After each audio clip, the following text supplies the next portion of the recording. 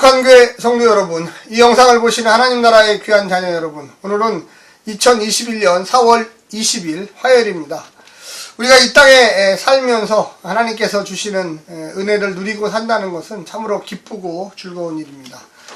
그러나 역시 마찬가지로 도전도 있고요, 시험도 있고요, 또한 예수 믿지 않는 사람들과 함께 살아야 하기 때문에 여러 가지 현상에 대해서 또한 사건 발생에 대해서 원인과 결과를 믿음의 눈으로 분석할 줄 알아야 됩니다.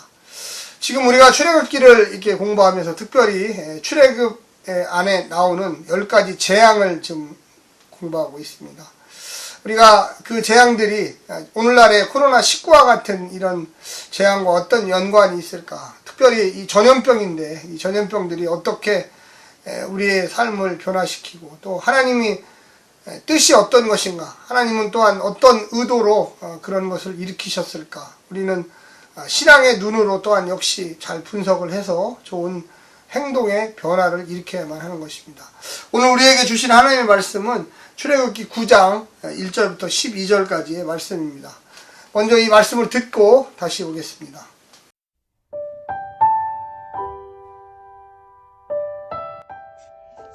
출애굽기 9장.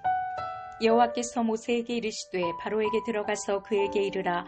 히브리 사람의 하나님 여호와께서 말씀하시기를 내 백성을 보내라. 그들이 나를 섬길 것이니라. 내가 만일 보내기를 거절하고 억지로 잡아두면 여호와의 손이 들에 있는 내 가축 곧 말과 나귀와 낙타와 소와 양에게 더하리니 심한 돌림병이 있을 것이며 여호와가 이스라엘의 가축과 애굽의 가축을 구별하리니 이스라엘 자손에게 속한 것은 하나도 죽지 아니하리라 하셨다 하라 하시고 여호와께서 기한을 정하여 이르시되 여호와가 내일 이 땅에서 이 일을 행하리라 하시더니 이튿날에 여호와께서 이 일을 행하시니 애굽의 모든 가축은 죽었으나 이스라엘 자손의 가축은 하나도 죽지 아니한지라.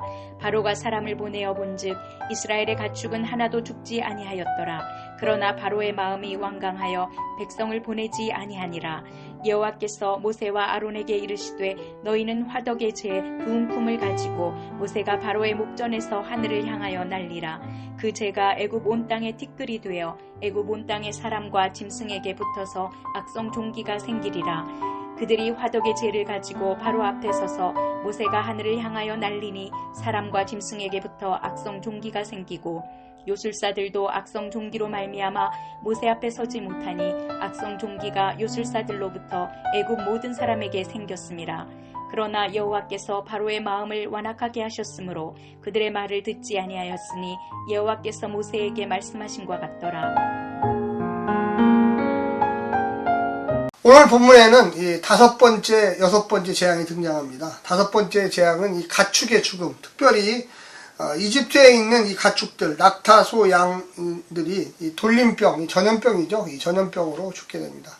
먹고 사는 문제를 하나님께 치셨다고 생각할 수가 있겠습니다. 그런데 놀라운 것은 이스라엘 사람들이 거주하고 있는 이 고센 땅에 있는 가축들은 전혀 단 한 마리도 죽지 않았다고 보고하고 있습니다. 왜 이런 일들이 일어날까요? 어떤 특정한 지역에는 이 동물들이 죽었습니다. 가축들이 죽었습니다. 이스라엘 사람들의 어떤 생각 속에 있었던 하나님이 정말로 우리를 보호하시는구나, 이거를 점점 느낄 수밖에 없었을 것입니다. 반대로 이집트 이 백성들은 왜 하나님이 이렇게 우리에게 벌을 내리실까? 도대체 이스라엘의 신, 히브리 민족의 신은 왜 우리에게 이런 재앙을 내리실까? 또한 이 생각할 수밖에 없습니다. 여러 번 누차 얘기했지만 하나님이 이 세상을 지배한다. 하나님이 야훼 하나님께서 정말 참신이다. 나일강에 풍요를 주는 이시스라든지 셋이라든지 또 많은 그런 신들은 가짜 신들이다. 이것을 명백하게 이야기하는 것입니다. 내가 하나님을 믿고 있다. 이걸 어떻게 증명할 것입니까? 우리의 삶을 통해서 증명합니다. 하나님이 나를 보호하시고 인도하시고 축복하신다는 걸 깨닫기 시작할 때, 정말로 하나님은 진짜 신이시구나, 진짜 하나님이시구나, 진짜 유일한 분이시구나를 우리는 고백할 수가 있겠습니다. 5번째 재앙에도 불구하고 이 바로의 마음은 완강해서 백성을 내보내지 않습니다. 이스라엘 백성들을 광야로 예배드리러 보낼 생각이 없습니다. 그래서 6번째 재앙, 악성 종기 재앙이 시작됩니다. 화덕에 두 움큼을, 이 재이죠. 재를 움큼을 져가지고 바로에게 모세와 아론이 나아갑니다. 그리고 그 앞에서 뿌려버립니다. 뿌리면서 이제 악성 종기들이 생길 것이다. 그 재들이 나가서 몸에 붙기 시작하면서 그 붙은 곳마다 악성 종기가 생기기 시작합니다. 그리고 이것들이 퍼지기 시작하면서 전 이집트에 다 퍼지기 시작합니다. 여기 오늘 본문에 보면 3절에 보면 주의 손이라는 단어가 나옵니다. 5번째 재앙, 6번째 재앙 다 주의 손이 하시는 재앙들입니다. 뿐만 아니라 구별이라는 단어가 또한 4절에 나옵니다. 이집트 지역과 히브리 지역을 하나님은 구분하셔서 한쪽은 재앙을 피해가게 하시고 한쪽은 재앙이 임하게 하십니다. 왜 화덕에 끓는 이 재들을 하늘로 이렇게 올렸을까요? 화덕은 한마디로 우리가 음식을 해먹는 장소입니다. 하나님이 거기에도 재앙을 내리신다는 거죠. 너희도 이제 음식도 해먹지 못하리라. 그들의 삶 속에 먹고 사는 문제 하나하나까지도 하나님이 간섭하신다는 것을 깨닫게 하시기를 원했던 것입니다. 집짐승들이 죽고요. 파리가 발생하고 낙타, 양, 소 이런 것들이 다 죽어버렸습니다. 그리고 파리떼가 발생했습니다. 물이 변해서 피가 됐습니다. 점점 이 재앙의 강도들이 세지고 있습니다. 하나님을 하나님답게 섬기지 않는 민족에게 내린 이 재앙들은 우리 믿는 사람들에게도 많은 도전을 줍니다. 아, 하나님을 제대로 섬겨야 되겠구나. 참 신으로서 섬겨야 되겠구나. 5번째, 6번째 재앙에도 불구하고 바로의 마음은 이스라엘 백성들을 광야에 내보낼 생각이 전혀 없습니다. 12절에 보니까 그러나 하나님께서 바로의 마음을 완악하게 하셨으니 그러나 여호와께서 바로의 마음을 완악하게 하셨으므로 그들의 말을 듣지 아니하였으니 여호와께서 모세에게 말씀하신 것 같더라. 강도는 세워지고 있는데 바로는 점점 완악해집니다. 우리 주변에 있는 이 사람들 중에도 가끔씩 보면 그런 분들이 있어요.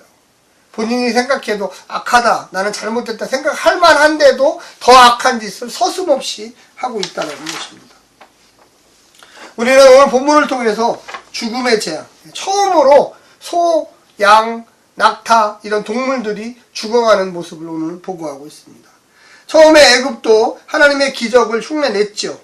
이제는 인간의 힘만으로는 그러나 불가능하다는 것을 깨닫기 시작했습니다. 풍요와 다산의 신, 또 아피스, 이들을 공경하는 것입니다. 동물의 신을 숭배하고 있는 이 애굽의 신들의 명확하지 않음을 공격하고 있는 것입니다. 진실로 참신은 하나님밖에 없습니다. 완고함이 부른 재앙입니다. 바로는 계속적으로 완고해집니다. 점점 악해지고 포악해지고 완악해진다는 것을 계속 보호하고 있습니다. 야훼 하나님이 계시다는 것을 인정만 했지 회개하지는 않았습니다. 그 앞에 넙죽 절하면서 주님 나를 용서해 주십시오 이렇게 나가야 되는데 그래 너의 하나님이 계시다 니들 원대로 들어줄게 그리고 그 재앙이 끝나면 곧바로 다시 완악해지는 그런 모습을 보여줍니다. 마지막 완고함이 부른 완악함입니다. 완고라는 것은 고집이죠. 자기의 생각을 굽히지 않는 것입니다. 우리 인생에 이런 재앙들을 볼 때에 하나님의 경고하심을 받는 사람들이 있다라는 거예요. 성도들 가운데도 있습니다. 그러면 빨리 회개하고 하나님 나를 살려주십시오. 내가 죄를 지었습니다. 이렇게 나가야 돼요. 그런데 아니야. 그럴 리가 없어.